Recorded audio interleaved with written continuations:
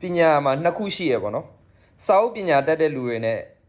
ဘဝပညာတတ်တဲ့လူတွေနဲ့ပေါ့နော်တကယ်ပညာတတ်တဲ့လူတွေနဲ့ဘာကွာသွားလဲဆိုတော့ပုံကြီးချဲ့ရတယ်ပုံကြီးမချဲ့တာကွာသွားတယ်ပေါ့နော်စာအုပ်ထဲကပညာတတ်တဲ့ကောင်တွေဒီဇိုင်နာတွေဒီလိုမျိုး artist တွေဘာတွေညာတွေကကြာတကယ်တမ်းဘဝပညာလာတဲ့အချိန်ကျရင်သူတို့ကပုံကြီးချဲ့မှာသူတို့ကအလုပ်လုပ်တယ်လို့ထင်တယ်ပေါ့တကယ်ဘဝပညာတကယ်တမ်းမြန်လုပ်ဖို့ရယ်တွတ်လုပ်ဖို့ရယ်မြန်ဆုံးဖြတ်ချက်ချတတ်ဖို့ရယ်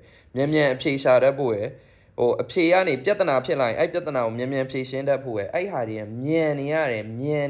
လွယ်နေရမယ်မြန်နေရမယ်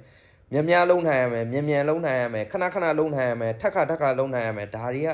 ဒီဟာတွေကစောက်ရမ်းပညာဒါမှတကယ်ပညာပေါ့နော်ဒီဟာကိုလည်းတော်တော်များများနားလဲမှာမဟုတ်ဘူးဘာဖြစ်လို့လဲဆိုတာတော်တော်များများကြာစာအုပ်ထဲကပညာရင်းနဲ့ကြီးပြင်းလာတဲ့လူတွေများတယ်ပေါ့သိရမလား